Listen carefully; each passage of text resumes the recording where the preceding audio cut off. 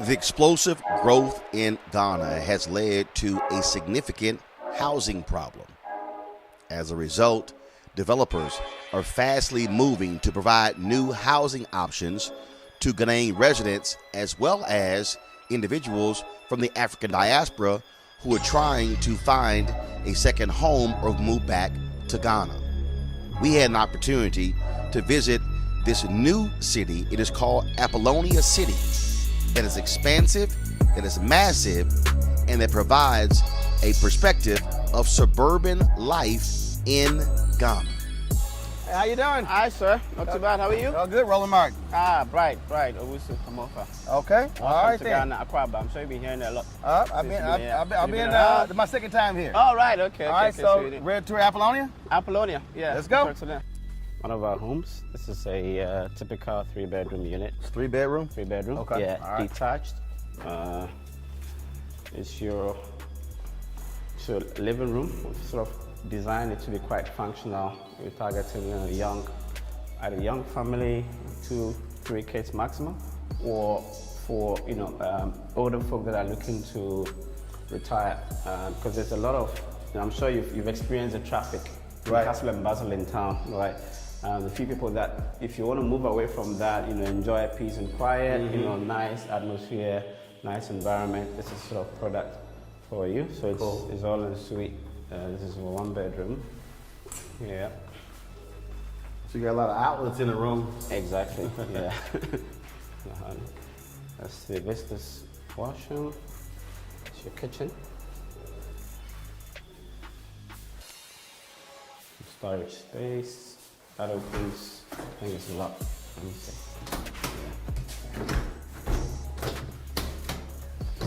Yeah. It's locked. Okay. Yeah, that opens to the back of the house.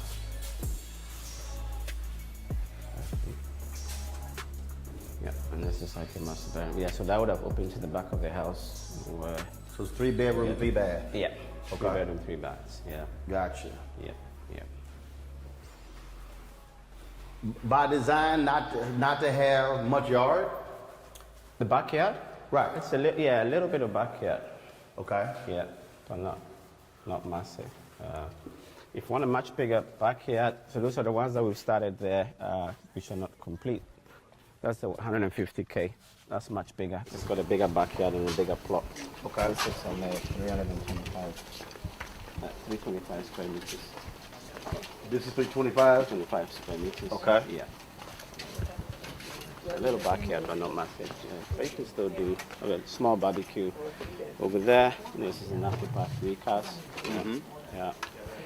But you got 2,000 acres, so yeah. Your plan is to have how many houses? 25,000. Okay. Yeah, 25,000.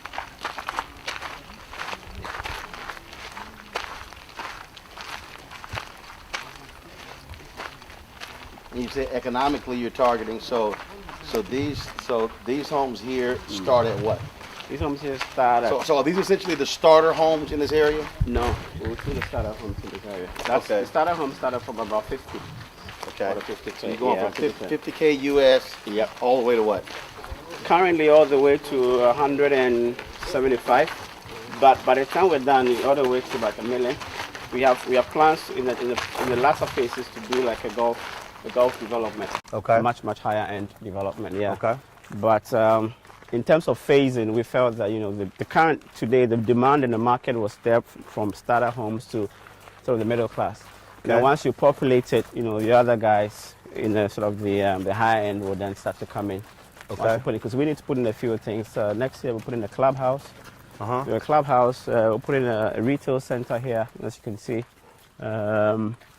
And then when the time the school is done, so you still have a few more amenities to put in. Mm-hmm. Then you can start to attract the much higher end clients to come into it. Because then today they have other options much closer to town. Yeah. Okay. Exactly. Okay. Exactly. All right. Cool. All right. Ghana has a housing deficit of about 2 million. Yeah. We have a housing deficit of about 2 million. So but the effective demand is in this sector. Most developers are doing development much closer to the center. It's very expensive and not for your average Ghanaian. You probably would have noticed. I mean, if you rent a townhouse or a flat anywhere close to town, you're paying not of $2,000 a month, and that's not your average Ghanaian market.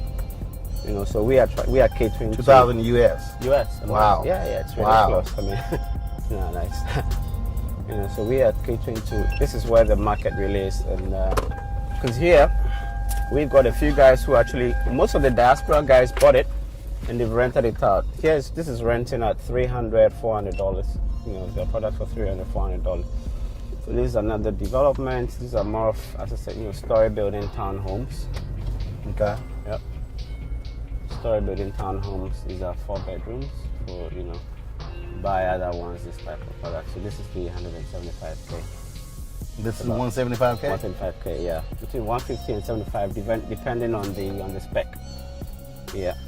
If you want a fully spec, with air conditioning, then like hopefully put a kitchen. So it goes all the way to 175. Yeah, depending on how you spec it. Yeah. And so, based upon your research, yeah, folks here don't want their own land, because like first, in the United States, yeah, that's what people look at the houses. They also look at the plot. The plot. They look at, hey, I need some grass, some acreage. Yeah, yeah. No, they do. So we also have. I mean, okay, maybe we'll go into this development first. Because that's why we've got various products for different kind of people. Okay. Because here you can, what we call Nova Ridge. You can actually, here you can also buy the plot, the stand, and then you can pick from one of our designs. Right. Or you can bring your own design, which we will have to custom home build. Custom home build, exactly. And we can do that for you as well, as you can see. Okay. We've got some old foam that I've just started building. So here again, the infrastructure has gone in. We put it in, but here we sold it in plots. Gotcha. Yeah, I mean I think it's covered, but here we sold it in plots. So as you can see, so it depends on the type of buyer and what they really want. Turn around. And when you talk about the infrastructure, is that for you a major selling point because you don't necessarily have that in a lot of the other developments? Exactly. So a major selling point is really the infrastructure, because really you won't find the Ghanaians are used to buying land without infrastructure, because nobody does it. The government doesn't have enough funding to put that in.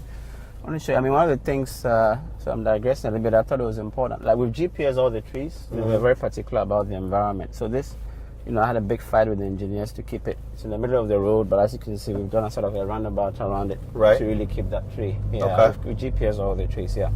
No, so back to your question, yes, infrastructure is non-existent. If you go out of our developments, as the people just buy the land, and you pray and hope that at some point, government may come in and put it. Maybe after 10 years.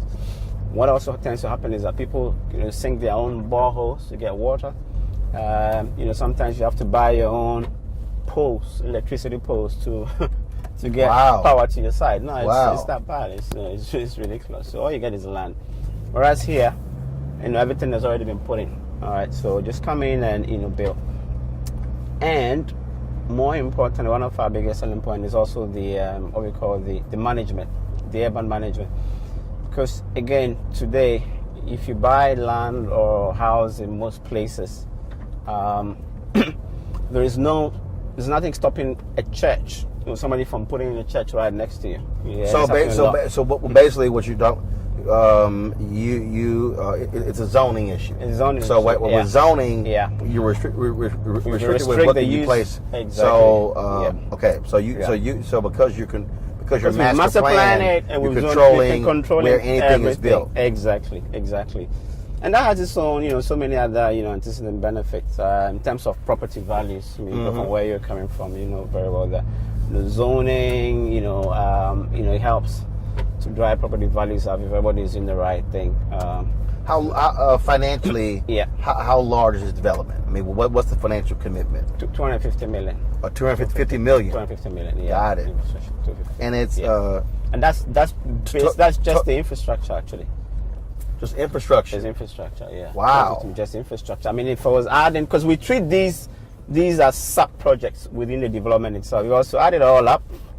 We're probably including the commercial. So what we always say is that we invest 250 million, but that further catalyzes $1 billion. Chief, how are you doing? We're going to the Ghana woman side, eh? Okay, please. Can I go through? Yes, sir. Okay. That looks a bit high. Yeah, so we say that, listen, we invest in 250, but that further catalyzes, investments of up to about $1 billion. Yeah, in 20 years over time. Wow. Exactly. No, so it's really arguably one of the largest housing and infrastructure projects currently going on in the country. Massive. And all Ghanaian controlled. Oh, yeah, exactly. We do have foreign share. I mean, because you do need patient capital to do this. Right. Yeah, you do need patient capital to do this. So we've got investors actually. We have quite a number of foreign investors that are backing us. Any African American? No African American. Really? No African American. It would have been really nice to have an African American. So your investors from what countries? Actually, there's an American actually. Frank Mose. I do. Oh, this is closed. Oh, you moved it. Okay. Oh, I see. We could just keep buying our show houses, man. So you finished that one now? That's also finished. Perfect. Okay. New Zealand, Norwegian, American, and a British investor.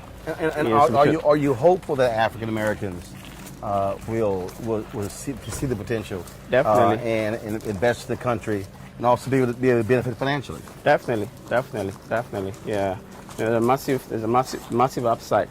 And again, like I said, because African Americans, again, what you're seeing here, as much as we probably like to take credit for, it's not new. I mean, from where you're coming from, everything I'm saying is, right. It's not new to you. This is the master plan development community. Exactly, yeah, which you don't find in our part of the world. Yeah, but also you don't. To be perfectly truthful, you're not finding a lot of African Americans who are part of master plan communities in the United States. So he has opportunity here.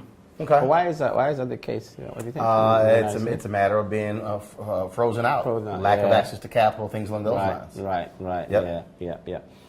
All right. So this is your typical starter home. So this is a starter home. This is a starter home. Okay. 50K. You can go around, as you can see, furnished it. You've got a small kitchen there. This one also. We designed it such that you can expand. You have to the back. This is gas. Yes, that's gas. Yeah. All right. So it's a bigger backyard than the other one. But because you can actually redesign it to be expanded, so as so the home can be expanded. Exactly. As your income level goes up, your family size increases, you can actually add a second and a third bedroom. Okay. So how many bedrooms here? This is actually a one bedroom. Got it. Exactly. Got it. This is a one bedroom. One bedroom. Okay. Yeah. One bedroom suite. I'll show you where you can break in and expand. Yeah. So the expansion is through here. This is your master bedroom. Okay, that's your bathroom. Shower. Take it to your place. What? Glass around here. Yeah, exactly. Glass around that. Then, so you've got another washroom here for visitors. Okay. Yeah, and then this is for the future expansion. Got it. Through here and so if you want to expand, you can. If not, you want to. Exactly. Okay. Exactly. So one bedroom at 50,000. Exactly. Yeah. But again, it's big enough. But again, 60 square meters. But again, what you're saying is that in the city, they're spending $2,000 a month. Yep. So basically, you spend. Because I was talking to Michelle, and she said here you got to pay a year in advance. A year in advance, yeah. So that means if you're staying here for a year, you just dropped $25,000. Exactly. Yeah. And a lot of what I said to people. So that's half of the total price of this. And you actually own this. You're not renting. Do you? Okay. So after let's say, all right, I bought a one bedroom home here. Yeah. Am I paying property taxes? What are my expenses after I bought the home? Expenses after it's the service charge, because it's it's what we call a gated community, it's a planned community. Right. You pay a service charge for landscaping, to maintain security, and that's. So light bill, am I paying? Of course, you're gonna and then utilities as well. So utilities is which you pay everywhere else anyway. Right. Well, but am I paying a company? Am I paying you guys that? No, you're paying there's a utility company there. So if I had to estimate again, landscaping, basically homeowner association fees, light, gas. Yeah. What you expense on a monthly basis, roughly? Yeah. What would that be per month? Per month, yeah, just on the average. Yeah, probably $100, $150, $100 to $150. US or CD? Yeah, no, dollars. I converted it already. Yeah. Okay. Yep. Got it. Yeah. A month. So do you also expect, because you talk about the housing shortage as you're going on, because you said already people are renting it out for year return. Yeah, exactly. Yeah. So I take it you expect a lot of people to be doing Airbnb. Airbnb, yeah, over time when the community builds up. Yeah. Gotcha. Yeah, short stay, long stay, but we have a lot of, as I said, the quite a number of people who don't necessarily want to be in crazy part of town. They just, they're coming back home. They want their peace of mind. So this is their preference. They're the guys that we're trying to cater to now. But over time, because the whole idea is to have what we call a live, work, and play environment. If you've got 100,000 people, they've got to play somewhere. They've got to work somewhere. Gotcha. They've got to eat. Yeah. So we're putting all. What are your? So as you're building this. Yeah. How long do you think it'll be when you reach that develop the entire I won't thing? say maximum capacity, but when you reach, let's say, really, like critical mass. Critical mass. Yeah. I think over the next 5 to 7 years. Mm-hmm. Yeah, we think over the next 5 to 7 years, that's where we're going to hit critical mass. It's usually like that, right? The beginning is usually the most difficult, right. Trying to explain the concept and what we're trying to do. But you get to a certain point, 3 or 4, and then the growth becomes exponential. Gotcha. Becomes exponential. Yeah, as I said, once we put in once the shopping center comes in, once you have it, and right. Then that way you can just go right there. Everything is there. Exactly. How are folks financing the houses? So are they paying outright? So is there any financing mechanism to be able? So like say if you want to buy this house but you don't have $50,000 in cash, can you just say, okay, I have half and then pay on that? Yeah, we have a lot of what we call flexible payment plans, but it's nowhere near adequate, right? Because we don't have a vibrant mortgage industry. So, as a developer, the maximum we can do is 24 months. So some people that want to pay. Yeah, but 24. So 24 months. Yeah, but 24 months is if I come in and I give you $25,000 on this $50,000 home. Exactly. I got 25 left. I'm paying $12,500 a year. So basically, I can pay you $1,000 a month for the next 2 years, and my stuff is paid off. Exactly, and then you own the property. It's yours. Yeah, but if you wanted to take a mortgage, we do have partnership with some mortgage institutions as well, where you can take it over. You can pay over 15 to 20 years. You think that is, again, we talk about opportunities for African Americans by not really having a mortgage industry. That's an area. Massive, I always tell my folks in the U.S. that listen, because you guys can get loans and facilities for 5-6%, sometimes even cheaper. That is a massive opportunity. That's a massive. Our GDP mortgage to GDP ratio is less than 1%. One of the lowest in the world, less than 1%. That's a massive opportunity right there. I already said there's a deficit of 2 million, right? So if you just do the math, if you can get cheap financing, there are a lot of even focusing on America, right? African Americans, Ghanaians who are living there who are now Americans, and, because I think our financing is usually about trust, right? So if you can come up with a product where people can, take these facilities and pay easily over there, knowing very well that at the end of the day they have property back home, it's a massive opportunity. So really, it's really what you're saying is that, if you got a black bank in the United States, exactly, and so let's say if you say, let's say you tell folks, here are our preferred lenders. Somebody, an African American or a Ghanaian who's living there, or anyone else, they can literally go to that bank and say, I want to finance. The mortgage of this home in Ghana, and they will simply be paying that bank there, and then using that money to buy it here. To buy here, exactly. So there's not requiring somebody to actually move here to set up a mortgage company. Mortgage company. That's something you can actually do it right there. It can be done there. Got it. And there's definitely a market. There's a captive market. There's so many. African American population is big. Ghanaian population is big. Nigerians, everybody. you know, I speak to a lot of them, and everybody wants to own a home. The financing is always usually the issue. Not how many people can really come and do a down payment of 25K. But if there was a product like that, I can see, you know, a situation whereby we can actually sell in volumes.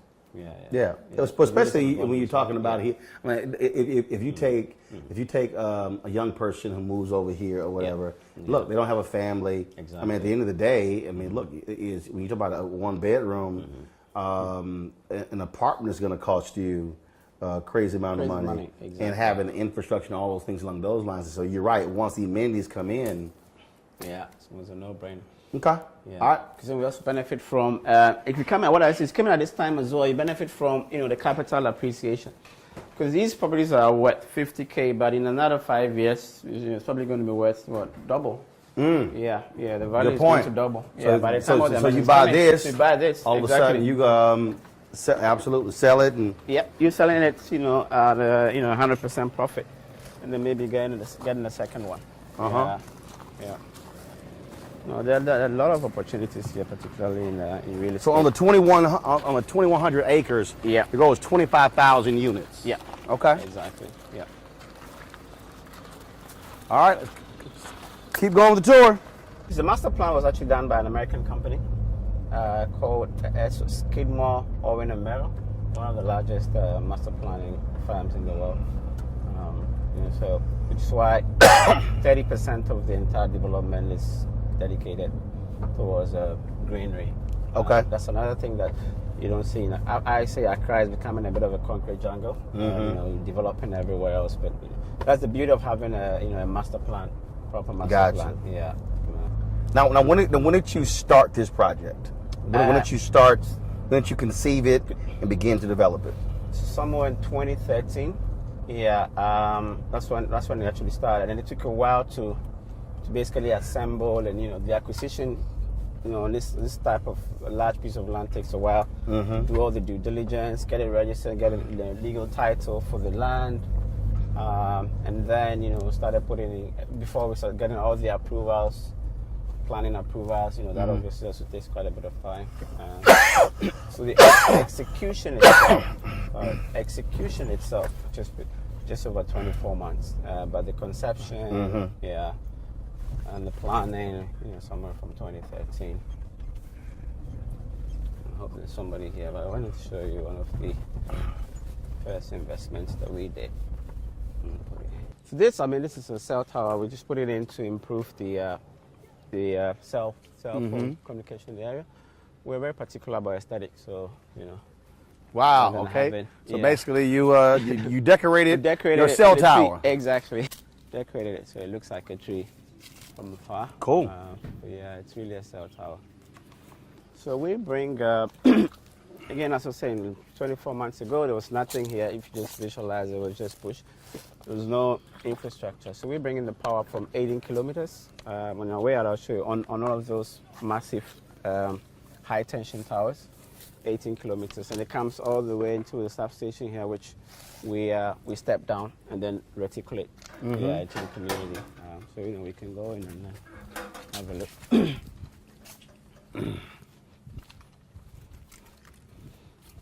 As I was saying, bearing in mind the whole idea is infrastructure and then reliability. That's the other thing that we tend to struggle quite a bit with in the closer to town and the already built up areas.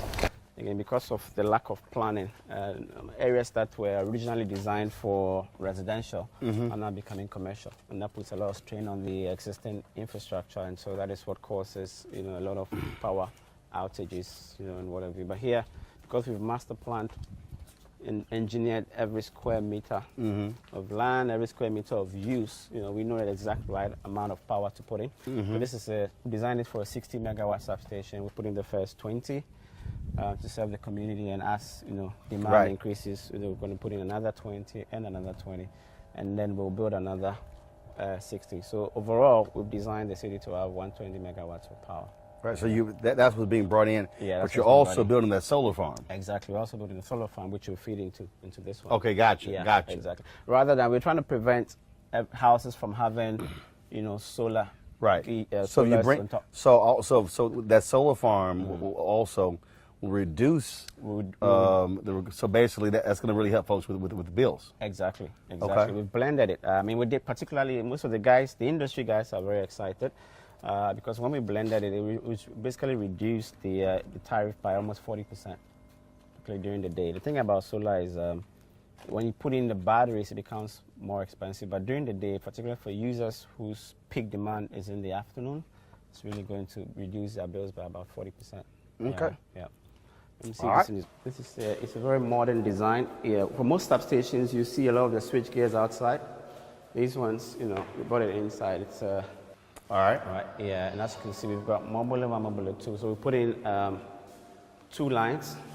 Yeah, just to ensure and make sure there is always. This is the current. The one that's red is what is on now. But there's always a backup just in case that goes off.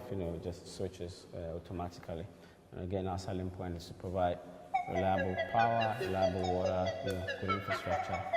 Okay. That's what we're selling. All right. Yeah. Cool. All right. Well, infrastructure, it clearly is. I mean, that's at the end of the day, reliable infrastructure is what people are concerned about. Exactly. Power being knocked out. Yeah.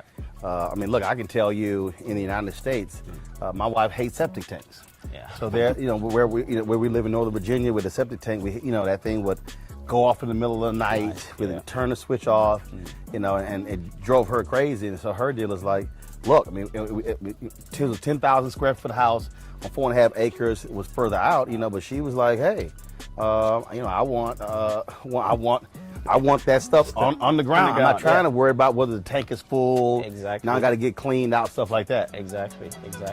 All right, cool. I appreciate it. All right, thanks a bunch. Good luck with it. Good luck. All right, then. Once we left Apollonia City, we then took a tour of Airport Hills, a high-end housing neighborhood that had gorgeous homes. Folks, trust me, for a moment there, I thought we were in Beverly Hills and not Ghana. Knowing that I was leaving the next day, I had to see Christina at Charisma to check out the outfits that I had ordered.